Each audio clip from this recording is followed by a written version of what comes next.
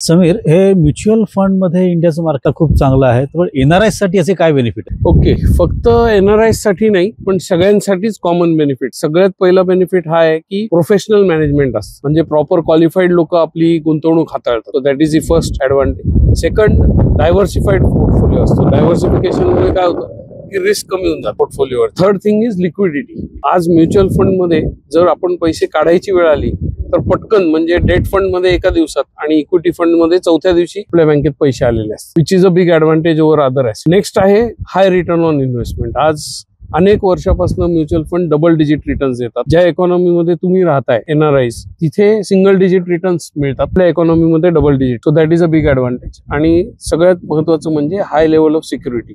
It is the most regulated industry in India. तीन regulator आहेत. सेबी आहे, आरबीआय आहे आणि एमफी आहे. सो त्याच्यामुळे आपले पैसे 100% सेफ असतात. कधीही पैशामध्ये कुठलाही फ्रॉड होत. सो हे ऍडव्हान्टेजेस आहेत. ज्या एनआरआयज ला भारतामध्ये इन्व्हेस्ट करायचे, आता भारताची इकॉनॉमी बूम होती. तुमच्या स्क्रीनवर जो नंबर दिसतोय तिथे संपर्क साधा आणि आजच तुमची म्युच्युअल फंड मध्ये गुंतवणूक सुरू करा. थँक्यू.